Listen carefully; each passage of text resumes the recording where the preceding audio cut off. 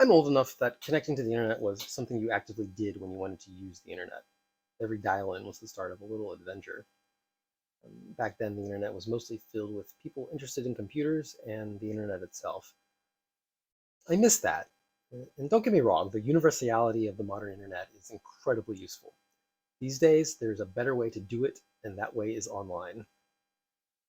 But still, I miss being a member of that nerdy club. And that is, for me, the draw of amateur radio. It's the same thing. Technically inclined people connecting remotely in a way that is inaccessible to the general public. But I do wish amateur radio were more like the internet of yore. Amateur radio is its own thing, for better or for worse. Let's talk about packet radio. Packet radio means any kind of packetized digital communication, but in the context of amateur radio, it usually refers to AX25 and APRS, which is a specialized form of AX25. AX25 occupies a role somewhat analogous to Ethernet on radio links. The hardware endpoints are amateur radios. The hardware address, equivalent to Ethernet's MAC address, is literally an operator's call sign with an optional suffix. Within the AX25 frame, you can have IP packets, UDP, TCP, which sounds great and easy, but I should note that AX25 is most commonly used with Bell 202, which is a form of AFSK encoding that has a baud rate of 1200. That is not fast. Keep in mind, dial-up was at best 56 kilobits per second. 1200 bits per second is roughly 47 times slower than a 56K modem. Yeah. So yes, one can do IP over amateur radio. The Linux kernel has long supported amateur radio networking, but that is the territory of masochists. I've set up and experimented with radio links before. It's cute that it works at all, but no.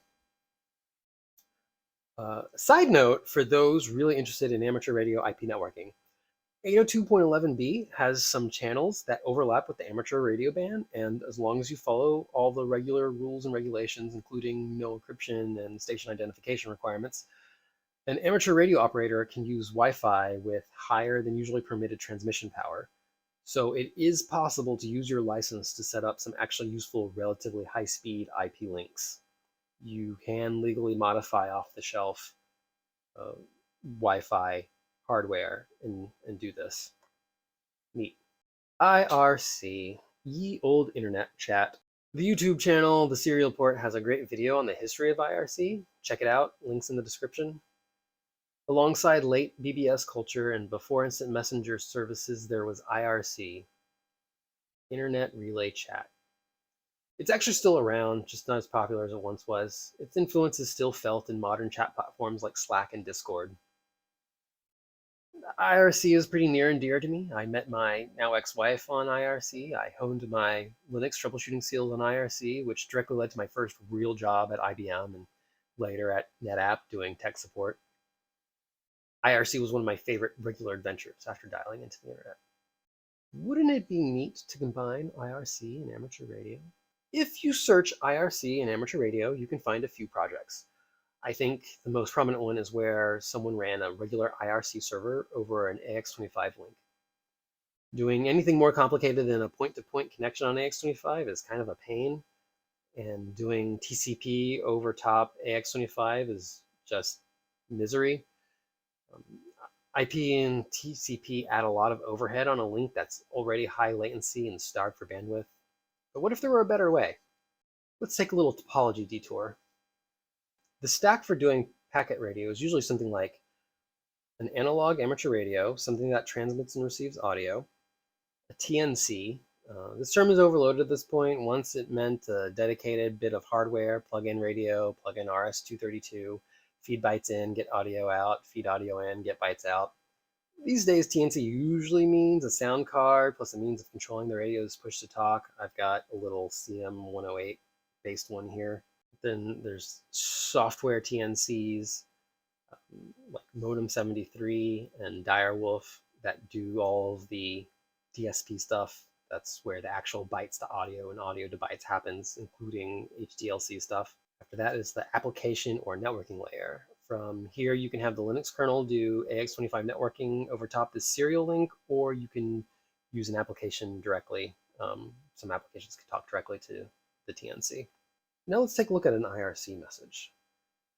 This is an IRC message.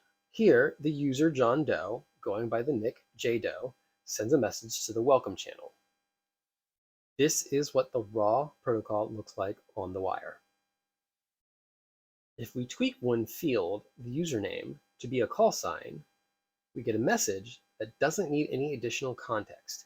If transmitted meets identification requirements, is short, and only contains the necessary information: a source with a preferred personal identifier and a legally required call sign, a verb identifying what the message is, proof message, a destination, and finally the message itself. All you really need is some glue code, and IRC is already pretty packet radio friendly. It's bizarrely ideal. There's no need for DHCP, IP, TCP. Enter Hammerk. Hammerk?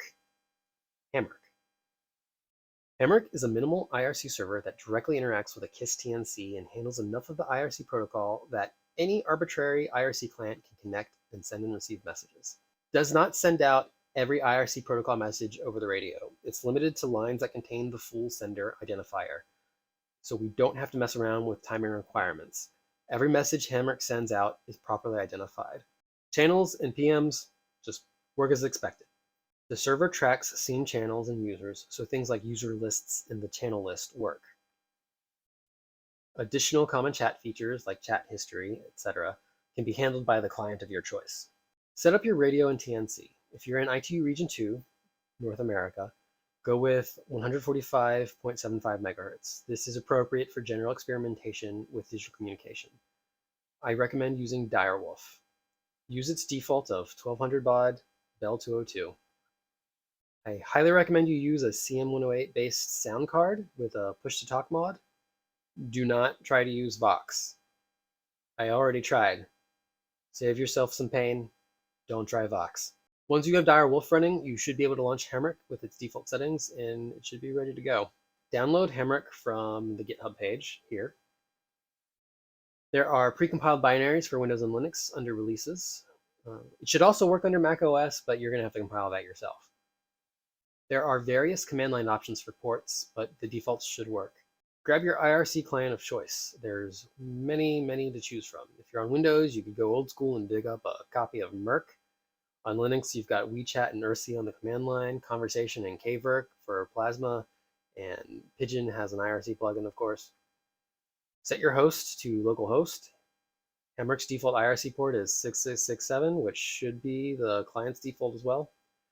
Most critically, set your ident name, username, to your call sign. This is what serves as your station identification.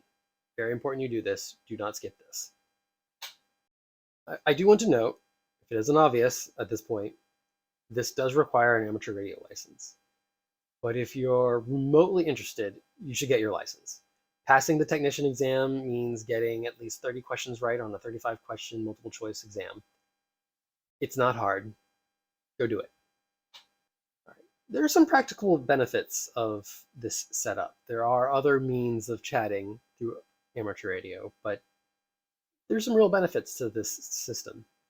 There are a plethora of clients, scripts, and bots. Like a lot of the times, the software side of amateur radio is GeoCities era,